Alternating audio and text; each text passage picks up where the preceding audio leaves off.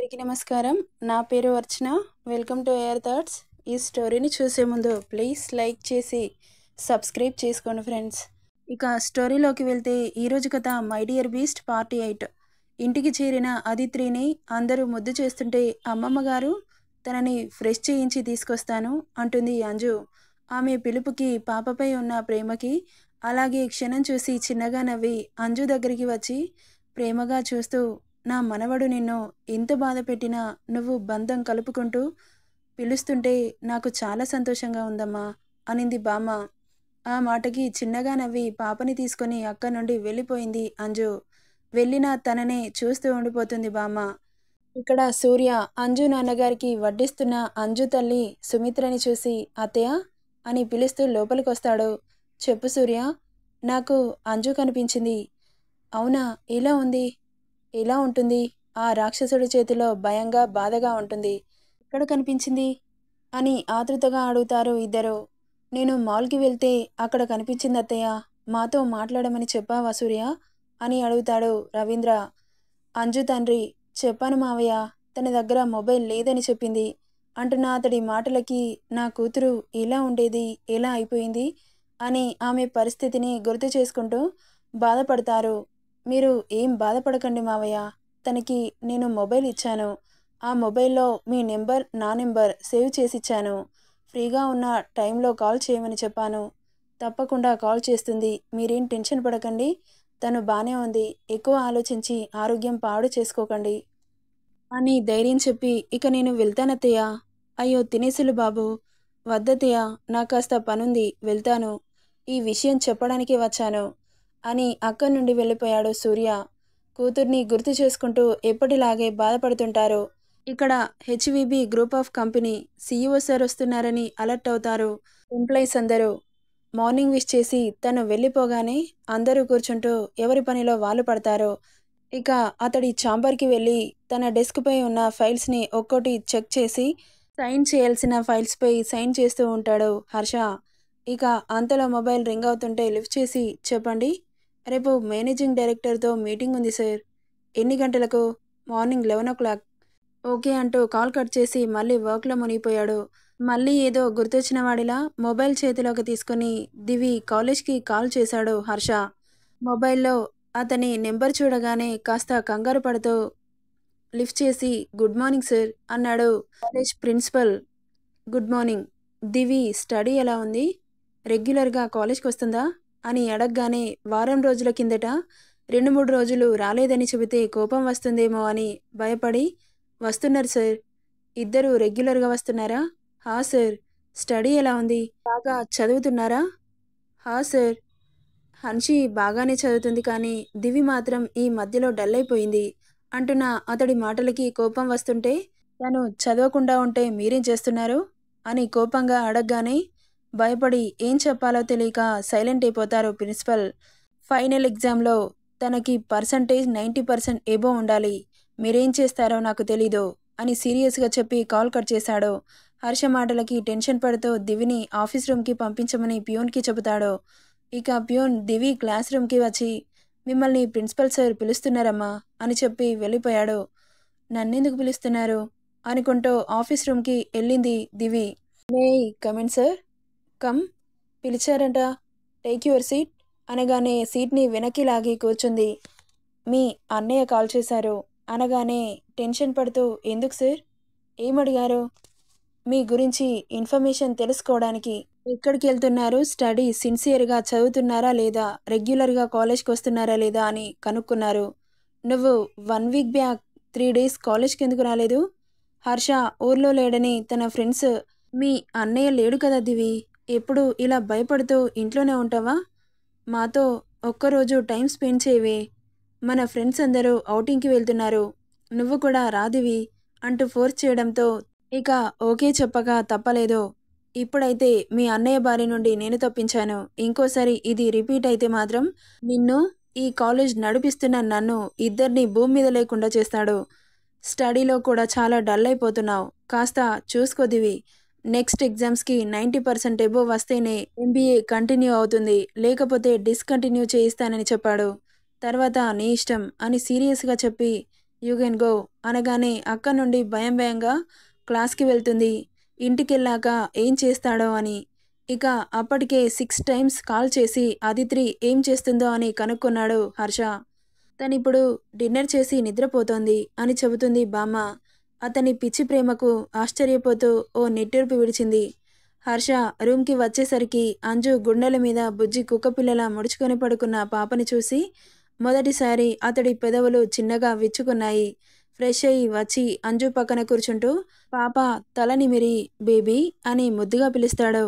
అతడి పిలుపుకి పాప కంటే ముందు అంజు టక్కున కళ్ళు తెరిచి చూసి ఉలిక్కిపడి లేవబోతుంటే కళ్ళతోనే ఆపేస్తూ ఆదిత్రి తల నిమిరి మళ్ళీ పిలుస్తాడు చిన్నగా. కళ్ళు తెరిచి చూసి పాపా వెన్ డిడ్ యూ కమ్ అని అతడి ఒడిలో చేరిపోతుంది. ఇప్పుడే వచ్చాను బేటా అంటూ ఆమెను హత్తుకుంటాడు. అంజు గబుక్కున లేచి కూర్చొని అలాగే చూస్తూ ఉంటుంది.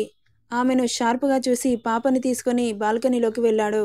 అతను ఎందుకలా చూశాడో అర్థం చేసుకొని కిందకెళ్తుంది అంజు. ప్లేట్ తీసుకొని అందులో డిషెస్ అన్నీ సర్వ్ చేసుకొని రూమ్కెళ్తుంది. బాల్కనీలో పాపతో కబుర్లు చెబుతున్న హర్షని చూసి సార్ అని పిలవగానే తలెత్తి చూస్తాడు. ప్లేట్ చూపించి తినమని చెబుతుంది కళ్ళతోనే. అక్కడి నుండి లేచి పాపని అంజు చేతిలో పెట్టి డిన్నర్కి కూర్చుంటూ తల తిప్పి ఆమెను చూస్తాడు. మళ్ళీ ఏమైందోనని కంగారుగా చూస్తుంది Anju. Did you have dinner అంటాడు. ఆ మాటకి ఏం చెప్పాలో తెలియక సైలెంట్ అయిపోతుంది. నెక్స్ట్ మినిట్లో మేడ్ని లోపలికి పిలవగానే మేడ్తో పాటు దివి కూడా వస్తుంది. పాపని దివి చేతిలో పెట్టి వెళ్ళమని సైగ చేసి వాళ్ళు వెళ్ళగానే తను డిన్నర్ ఎందుకు చేయలేదు అని బేసుగా అడుగుతుంటే అది అమ్మగారు ఎంత బ్రతిలాడినా చిన్నమ్మగారు తినలేదయ్యగారు అని చెప్పగానే ఆమెను వెళ్ళమని డోర్ క్లోజ్ చేసి భయంతో చూస్తున్న అంజలిని క్షణంలో చేరి ఆమెని గోడకి పిన్ చేస్తూ ఎందుకు తినలేదు అంటాడు హార్డ్ టోన్తో. నాకు ఆకలిగా లేదు అంటుంది ఒక్కో మాట కూడబలుక్కొని. ఆ మాటకి ఆమె రిస్టు పట్టి గోడకి నొక్కి పట్టి ఆకలిగా లేకపోయినా తినాలి అన్నాడు గుడ్లు పెద్దవి చేసి. నాకొద్దు, నేను తినను, నేను మా అమ్మ వాళ్ళ దగ్గరికి వెళ్తాను అనింది. వాళ్ళ అమ్మ నాన్న మీద ప్రేమతో ధైర్యం తెచ్చుకొని. అలా అంటున్న అంజు బుగ్గలు వత్తి నేను చెప్పాను కదా మీ ఇంటికి పంపించనని, వాళ్లకు నీకు ఎలాంటి సంబంధం లేదని అని బుగ్గల మీద పట్టు బిగిస్తుంటే నొప్పితో కళ్ళల్లో నుండి నీరు జారి అతడి చేతి మీద పడుతున్నాయి. నన్ను మీ ఇష్టానికి పెళ్లి చేసుకుని నా వాళ్ళకి దూరం చేస్తానంటే నేను ఒప్పుకోను అనింది. ఆమె ధైర్యానికి అతడిలో ఉన్న బీస్ట్ బయటికి వచ్చి పక్కనే ఉన్న ఫ్లవర్ వాజ్ని గోడకేసి కొట్టి చేతిలో ఉన్న మిగతా సగం ఆమె గొంతు దగ్గర పెట్టి ఇంకొకసారి వెళ్తా అని నీ నోటి వెంట వచ్చిందనుకో నీ అమ్మ బాబుని భూమి మీద లేకుండా చేస్తాను అని బేస్గా చెప్పి క్షణంలో నువ్వు నాతో పాటు డిన్నర్ చేస్తూ కూర్చోవాలి, లేకపోతే అని ఓ కన్నింగ్ లుక్ విసిరి అక్క నుండి అరేంజ్ చేసిన ఫుడ్ టేబుల్ దగ్గరికి వెళ్తాడు హర్ష. అతని మాటలకి ఒంట్లో వణుకు పుడుతుంటే భయపడుతూ వెళ్ళింది అంజలి. ఇక అతని పక్కన కూర్చోగానే సాడిస్టిక్ స్మైల్ వచ్చి చేరింది అతడి పెదవుల్లో. ఇక అతని ప్లేట్లో సర్వ్ చేసి ఆమె కూడా ప్లేట్లో సర్వ్ చేసుకొని తినడం స్టార్ట్ చేశారు. కొంచెమే వడ్డించుకొని తింటున్న అంజుని కోపంగా చూస్తూ ఫుల్కా బౌల్ తీసుకొని అందులో ఉన్న ఫుల్కాస్ అన్నీ ఆమె ప్లేట్లో పెట్టి ఈట్ అంటాడు. వాటిని చూడగానే కళ్ళు పెద్ద అవుతాయి అంజలికి. ఇవన్నా అంటుంది. ఆమె మాటలు పట్టనట్లు అతడు తినడంలో పడతాడు. ఇవన్నీ నేను తినలేను, నాకొద్దు అంటుంది 2 కంటే ఎక్కువ తినని అంజలి. హర్ష అంజు ముందుకు వంగి నేను తినిపించనా వైఫీ అంటాడు. అతని మాటలకి గుడ్లు పెద్దవి చేసుకొని చూస్తూ ఉంది. చెప్పు, నేను తినిపించాలా అన్నాడు మళ్ళీ కళ్ళెగరేస్తూ. ఆమె నుండి ఎలాంటి రెస్పాన్స్ రాకపోవడంతో ఆమె ప్లేట్ని చేతిలోకి తీసుకుంటుండగా నేను తింటాను అనింది చిన్నగా. గుడ్, తిను అని అతను తినేసి అక్కడి నుండి వాష్ బేసిన్ దగ్గరికి వెళ్ళి హ్యాండ్ వాష్ చేసుకుంటాడు. ఇక ఇవన్నీ ఎలా తినాలా అని వాటిని చూస్తూ చిన్నగా తింటూ ఉండిపోతుంది అంజు. హర్ష ల్యాపీ ఓపెన్ చేసి ఆఫీస్ వర్క్ చేసుకుంటూ ఉంటాడు. ఆమెను ఒక కంట గమనిస్తూ తినడానికి అష్టకష్టాలు పడుతుంటే అతడి పెదవులపై ఓ సాడిస్టిక్ స్మైల్ వచ్చి చేరుతుంది. ప్లీజ్, నేను ఇంకా తినలేను సార్, వామిట్ అయ్యేలా ఉంది అని బ్రతిలాడినట్లు అడుగుతుంటే అతడి ఈగో సాటిస్ఫై అయ్యి వెళ్ళు అన్నట్లు కళ్ళతో సైగ చేస్తాడు. ఇక టేబుల్ని క్లీన్ చేసి మిగిలిన డిషెస్ అన్నీ కిందకి తీసుకెళ్ళి మిగిలిన ఫుడ్ని వేస్ట్ చేయడం ఇష్టం లేక తీసుకొని మాన్షన్ బయటకెళ్తుంది. అంజు, ఎక్కడికి వెళ్తున్నారమ్మా అన్నాడు సెక్యూరిటీ. బయట బెగ్గర్స్ ఉంటే ఫుడ్ని ఇద్దామని వెళ్తున్నా అని చిన్నగా చెబుతుంది. సరే అంటూ ఆమెకు దారి ఇవ్వగానే అక్క నుండి మాన్షన్ బయటకెళ్ళి చలిలో బయట పడుకున్న బెగ్గర్స్ దగ్గరికెళ్ళి వాళ్ళని లేపి ఫుడ్ బౌల్ని చేతిలో పెడుతుంది అంజు. ఆమెను ప్రేమగా చూసి చల్లగా ఉండు తల్లి అని బుగ్గ నిమురుతారు. తినండి అని చెప్పి లోపలికి వస్తుంది అంజు.